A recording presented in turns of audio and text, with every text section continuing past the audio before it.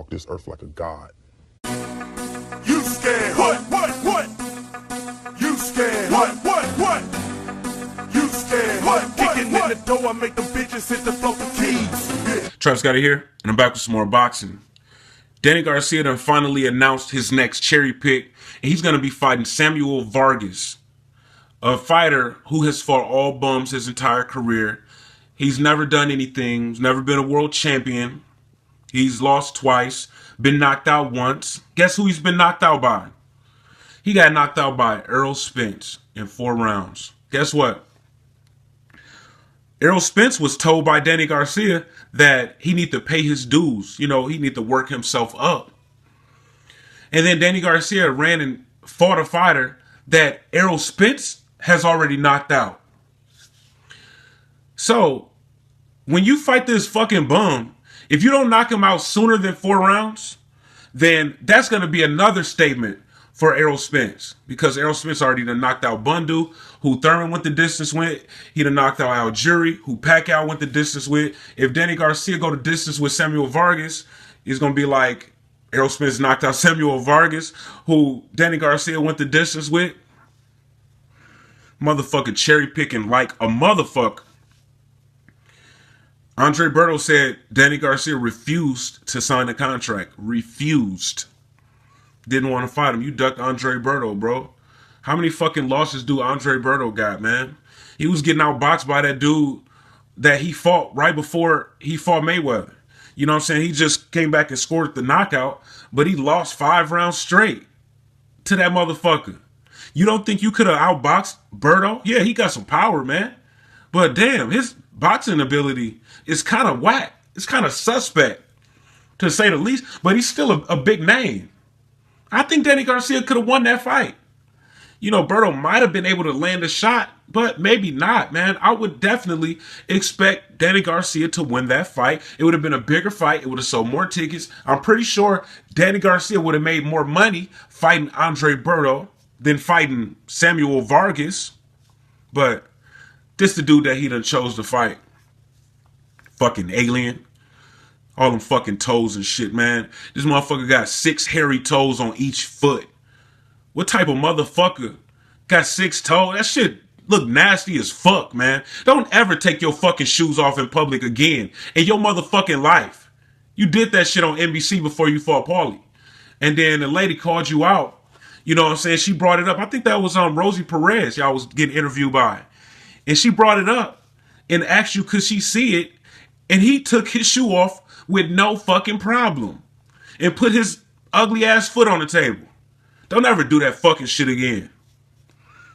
And then these motherfuckers crack jokes about cherry picking and shit. They don't give a fuck. I remember one time, not too long ago, like a month and a half, 2 months ago maybe, Angel Garcia was drunk than a motherfucker. And he was like, man, fuck that. Fuck Mayweather, fuck Pacquiao. If they want that fight, they're going to have to pay us $20 million for that fight. And it was like, ooh, Mayweather? Yeah, he's going to have to pay us $20 million. Him and Pacquiao. $20 million? Damn. What was your biggest payday? Like $2 million? Something like that? Can't be too much more than that. You're still fighting on PBC, never fought on pay-per-view. $20 million. You know, Danny Garcia just kind of like agreed with it, like laughing and shit. You know, I mean, he knew his dad was like fucked up talking shit. But he wasn't caring to be politically correct during that interview. He just didn't give a fuck. Like, yeah, man. Yeah, fuck it. Yeah, that's what it's going to have to be. You don't give a fuck about what we think about him. Y'all can call him as many cherry pickers as y'all want to. He do not give a fuck. He going to fight whoever the fuck he want to fight, whenever the fuck he want to fight him. Danny Garcia used to be fearless. You know, when he was at 140, fought Matisse, fought motherfucking... He fought Lamont Peterson. Who the fuck else he fought? He fought Amir Khan. He was the underdog in that fight. I think he was the underdog in the Matisse fight too. He beat both of them motherfuckers, knocked Amir Khan out. But now it's just like, he don't give a fuck no more. He just like, I'll cherry pick as much as I want to fucking cherry pick. And ain't nothing y'all can do to stop it. You know, I promise the winner of Victor Ortiz versus Andre Berto a fight. But if Berto win, I ain't going to fight him. If Victor Ortiz would have won, he would have fought him. You know, I thought that Victor Ortiz was going to pull it off, to be honest. You know, but Berto knocked his ass out, made him quit again. You know what I'm saying? Shit, Victor Ortiz, he get hit too hard. He don't want to fight no more. Referee tried to give him a long count, and then he got up like, damn, looking like he was looking at a ghost and shit. He couldn't believe that he didn't get counted out. Do you want to continue? Then he looked over to Berto as if to say, fuck no. You know what I'm saying? Because he going to hit me again. So now Danny Garcia is fighting this motherfucker, man. You know, and then every time that they talk about this fight or Danny Garcia's upcoming fight, now that it's been announced, they're going to keep talking about Keith Thurman in every article. They saying that, in this article, they saying that Al Heyman was pressuring Danny Garcia to fight Keith Thurman.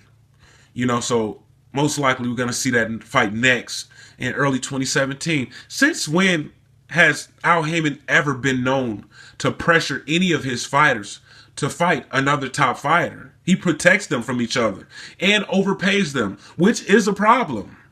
It's not a problem to those fighters. No, it's a problem to boxing. You know, I mean, I don't want to be a hater and shit. You know, Floyd is saying the same shit. He's like, these fighters is getting paid too much. And, you know, it's obvious. It's like they losing motivation for making the big fights. They should budget, you know, whereas like these fighters would get paid more than like these $1.5 million paydays. For the bigger fights, they would get paid more. But when they cherry pick, they should get paid less. But by the looks of it, they're paying these fighters like 1.5 million or 1 million. They paying these big name fighters 7 figures every single fight, no matter who they fight. So it's kind of like, you know, why fight a Thurman or a Porter when you can fight a Salka? You know what I'm saying? That's exactly correct. It's not their fault for thinking that way because it's less risk, but it's still the same reward. You know what I'm saying? Thurman did it. Thurman fought he fought Porter for less money than he got for fighting Guerrero. You know, he got like pretty much the same thing. You know what I'm saying? 1.4 for Porter when he got 1.5 for Guerrero for an easier fight. You know, but he could have fought. I think he made 7 figures against Luis Collazo. He did. You know, and that was a guaranteed win for Thurman. It was like a step up in competition, but it was a guaranteed win. You know, he took pretty much the same thing for Porter. You know, I mean, he got hard. He should get credit and respect for doing that. But, you know, it really wasn't the smartest thing because he could have lost. It was a brave thing to do, but it wasn't really smart. What Danny Garcia is doing is smart. And you can't blame them, man. You can't blame them for cherry picking, man, because they're going to get paid the same shit to cherry pick. You know, it's fucked up. You know, I got a lot of respect for Al Heyman, man. He's looking out for these fighters, making sure they get paid. But these fighters is losing their heart to make the big fights because they still getting paid a shitload of money to fight cherry picks. Danny Garcia ain't fighting no motherfucking Keith Thurman next year, so y'all can forget about it. They can stop talking about it. They'll just tell us any fucking thing. They don't give a fuck about how much they lie to us about any fucking possible fight getting made. They'll lie all the fuck they want. They gonna keep talking about Keith Thurman. You know what I'm saying? And then when early 2017 come around the time where they saying that we're gonna get to see that fight, Keith Thurman probably be fighting his mandatory. Danny Garcia is going to be looking for another bum. And we're not going to see that fight.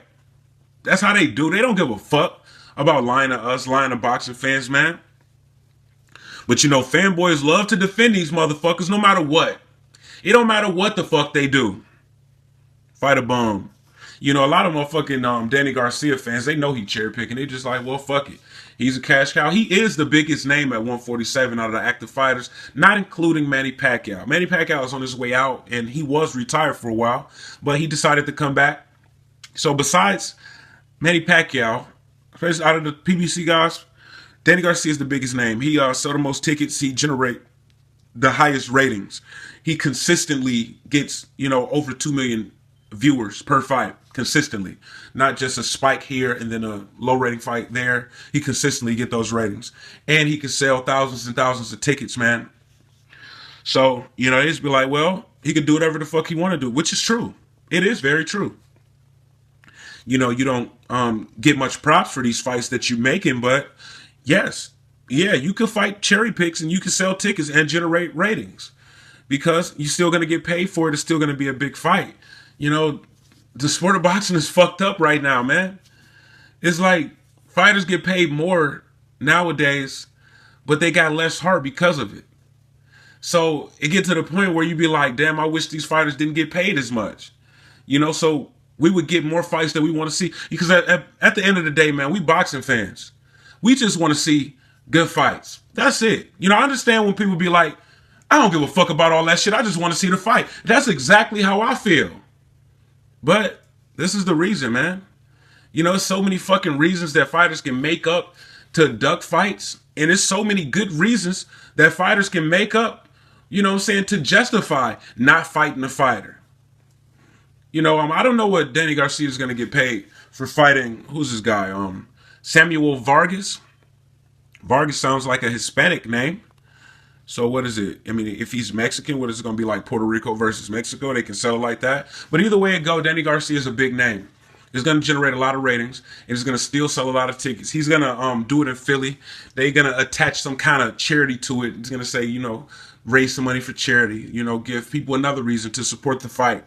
But, you know, even if it's just like 0.5% of the fight, is what it generates is going to go to charity. But still, they can attach the charity to it. You know, so even if you don't want to go there to support Danny Garcia, you know, I want to help the charity out. It's just like, it's still going to be a big fight. And he just might get paid the same thing as he would have made fighting Berto. Because just think, let's say the pot for the Danny Garcia versus Berto fight was 2.5 million, right? With Berto getting $1 million and Danny Garcia getting 1.5. Then, you know, let's just say they could still pay Danny Garcia 1.5 million, even if they lower the pot and give this guy, let's say if the pot was like 1.7 million, you know what I'm saying? He could pay this dude, I don't know who the fuck he is. You could pay him $200,000 and give Danny Garcia 1.5 million. The tickets are still going to get sold. You know, maybe a little less tickets, or y'all might even have them a little bit cheaper, but he's still going to get a 7-figure payday. Guaranteed. You know what I'm saying? No matter what. So it might be a lower risk fight, but he's still going to get the money. I mean, so there's so many ways, man, that they can make up to excuse them cherry picking and ducking. It's just like, it's bullshit, man. But it is what it is. I don't know when this shit is going to change. You know, I thought PBC was going down the toilet. But then I seen an article posted by the Ring magazine, and they saying that PBC is going to be making a comeback. They're going to come back stronger than ever. You know, so, and Danny Garcia fight for PBC. He got a fight. Shit, the fight was just announced, what's today? October the 12th? And the fight is 30 days from now.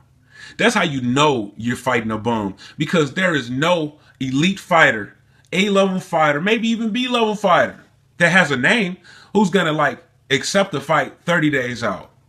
Come on, man. You need at least 2 months to train for a fight. But this bum don't give a fuck if he get a loss on his record, because he ain't shit but a bum.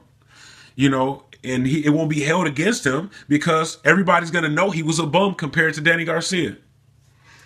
So look forward to Danny Garcia's bum fight against Samuel Vargas on November the 12th. I'm Travis Gotti. Thank you for tuning in to Travis Gotti Boxing. Subscribe. I gotta quit fucking with you. I gotta quit fucking